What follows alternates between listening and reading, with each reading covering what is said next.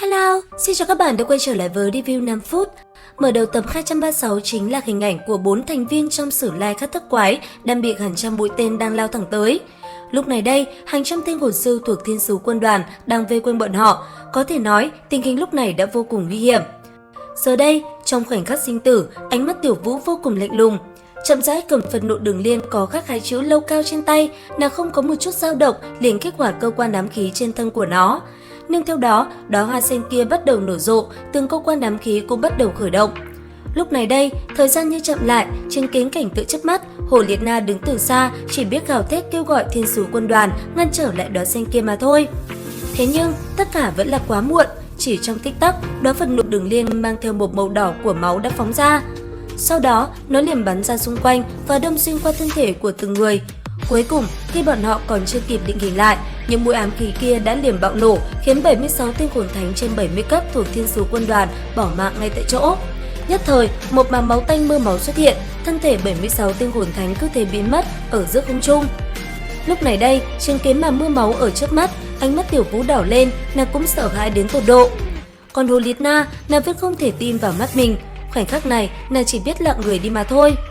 Ở phía xa, Bỉ Bí Đông nhìn thấy cảnh tượng này, ánh mắt nàng đột nhiên trở nên cuồng bạo, thật không thể biết được đây là thứ gì mà lại kinh khủng đến thế. Và ngay lập tức, Đường Tam cũng liền cấp cho nàng một đáp án, đó chính là đệ nhất ám khí đường môn, phật nộ đường liên. Sau đó, không nhiều lời, Đường Tam cũng liền phát động ra kỹ năng chân trái hồn cốt lam ngân của kình ma chi nhiếp, đánh thẳng về phía Bỉ Bí Đông. Tuy vậy, theo như lời Bỉ Bí Đông, Đường Tam đã quá hiếu thắng, bởi vậy Bỉ Bí Đông đã tìm ra được sơ hở và ngay lập tức phản đòn. Nương theo đó, trong không trung, hàng loạt hồn kỹ giống như một tấm gương đã liền dội lại công kích tới từ đối thủ. Chính vì vậy, sau đó, Đường Tam đã bị kỹ năng lam ngân hổ kinh ma chi nhiếp đóng băng bản thân mình lại. Thế nhưng rất nhanh, lớp băng màu đỏ sậm kia cũng liền bị Đường Tam phá vỡ. Còn Bỉ Bí Đông, sau khi miễn cưỡng dùng ra hồn kỹ đó, thân thể của nàng cũng đã suy yếu đi rất nhiều.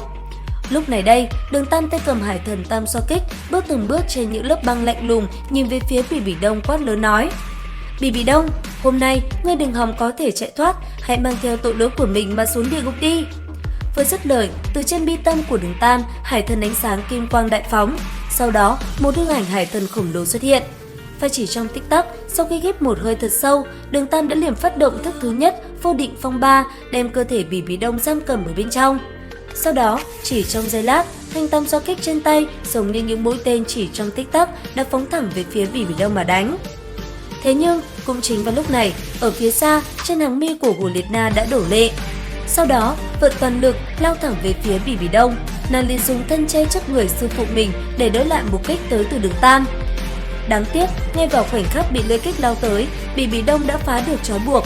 Sau đó, nàng liền kéo văng Hồ Liệt Na ngược lại và lấy thân mình đỡ lấy lưỡi kích kia. Thế nhưng, cũng thật may cho nàng, lưỡi kích của Đường Tam cũng vì vậy mà lệch hướng. Tuy là đâm trúng người Bỉ Bí Đông, thế nhưng nó vẫn chưa đủ lấy đi tính mạng của nàng. Và cũng đúng vào lúc khi tam xoa kích vừa phóng ra, ở phía xa xa, 6 đạo thân ảnh mang theo cỗ khí thức khủng bố cùng hơi thở cực kỳ khủng bố đã lao nhanh tới. Sau đó, bọn họ chia thành 3 hướng khác nhau, lao thẳng về phía thành Gia Long Quan. Rất nhanh, một trong số 6 người đó chỉ trong tích tắc đã đáp xuống chỗ của Bỉ Bí Đông cùng Hồ Liệt Na và mang theo hai nàng rời đi khỏi chiến trường. Còn hai đạo thân ảnh gần nhất, từ trên tay hai người bọn họ, hai cây bản long côn một xanh một đỏ tỏa ra hơi thở khủng bố liền xuất hiện ở giữa không trung. Sau đó, chỉ trong phút chốc, hai cây bản long côn như một con rồng đã lao thẳng về phía Đường Tam mà phát động công kích. Lúc này, Đường Tam mới nhận ra người mới tới đây chính là Thức Cung Phục cùng Lục Cung Phục của Vũ Hồn Điện. Và ngay lập tức, một cuộc chiến đã diễn ra, hai huynh đệ Hàm Ma Đấu La giao chiến với Đường Tam. Còn ba vị cung phụ kia, bọn họ đã liền lao về phía Kiếm Đấu La cùng Cốt Đấu La và Sử Lai Khắc Thức Quái mà đánh. Đến đây thì hết tập 236 Đấu La Đại Lục. Xin chào và hẹn gặp lại các bạn ở những video tiếp theo.